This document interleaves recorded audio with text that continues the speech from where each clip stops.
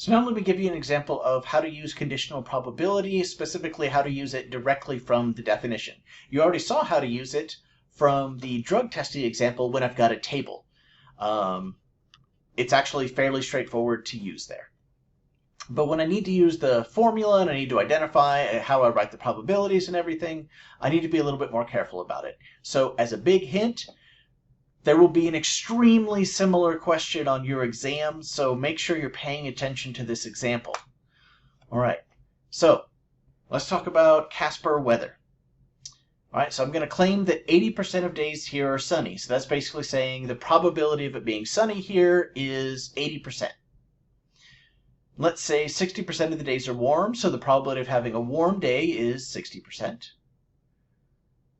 And I'm saying that 50% of the days are both sunny and warm. So the probability of both of those occurring is 50%. Now I look outside and I see that it's sunny. What's the probability that it's warm? Well, here I'm looking at a subgroup, right? It's not just any day. I see that it's sunny. Well, that's a very specific thing, right? So I'm in the world of conditional probability now because I'm not looking at just, right, what's the probability that it's warm is affected by whether it's sunny or not.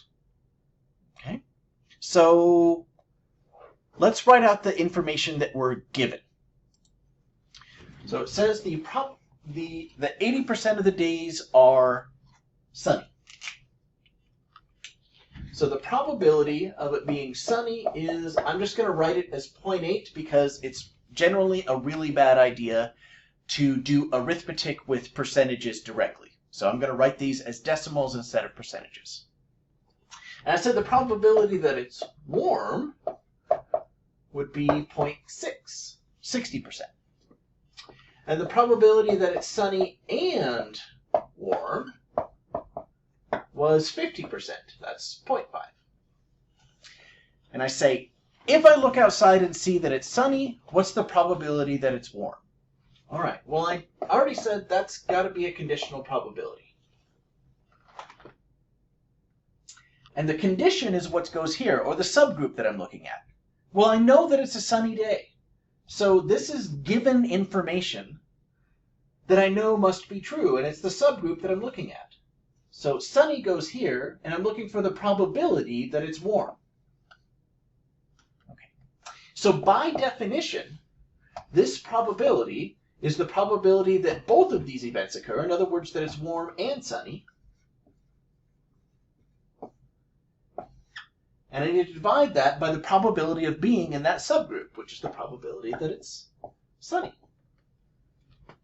So, remember, I did say that warm and sunny is the same as sunny and warm, right? I'm allowed to switch those. That's the same thing. So that's 0.5. And the probability of being sunny is 0.8. So that is 0.625. I've got my answer. Okay. So now let's flip that around. Let's say that I'm watching the weather report and it says that tomorrow's going to be a nice warm day. All right, so it's going to be a warm day. And I want to figure out the probability that it's going to be sunny. All right, so I know that it's going to be warm. That's like given information. And I want to find the probability that it's sunny. All right. Well, I've got given information that it's warm. And I want to find the probability that it's sunny. Well, to find that, I find the probability that both of these occur. So the probability that it's sunny and warm. And then divide by the probability of this subgroup, that it's warm.